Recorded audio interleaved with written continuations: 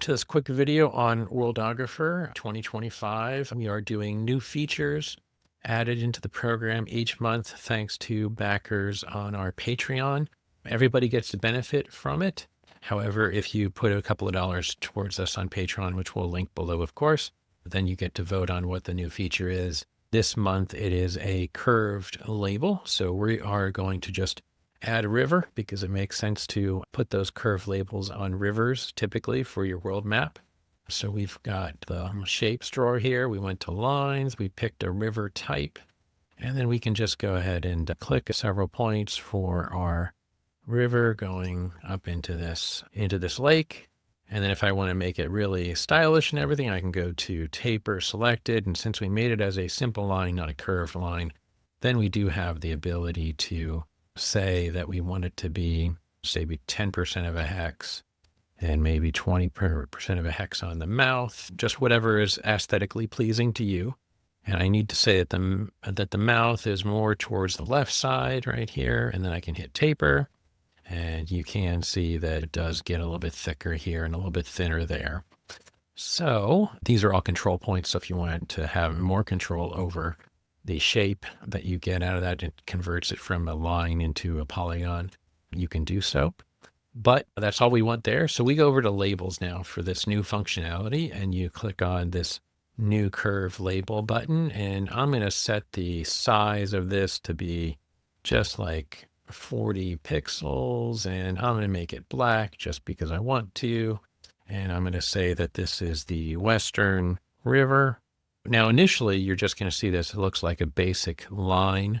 Once it's been placed, then you'll see that it does have some curve to it, and then you'll be able to edit it.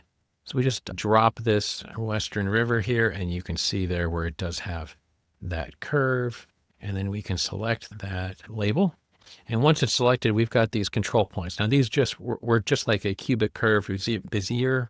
I'm not going to pronounce it properly. I apologize. But a curve, which is the same sort of thing that the shapes do if you do create a curve instead of a simple line or polygon. And then you can just drag these points, and you can say, hey, if you wanted that kind of a bow, you can move these things around. If we wanted to match the curve of the river more closely, we can do this. And that is the functionality that we're getting at the moment. It's still a work in progress. We still have to do all the saving functionality and loading functionality for this. There's some additional changes for that. There's lots of nuances to it. So this is really just a bare bones version. It's not out yet. It's not released yet. Probably in the next couple of weeks before the end of the month, we'll have it out there for you. And that covers that one new feature. I think I'll go back and add separate videos for the other new features in the near future. The past couple months have been pretty crazy with a bunch of other projects that we've been working on. So I don't think we did a good job of touting what those other new features are, but there's a distance measuring tool and a different way to do child maps and drop shadows.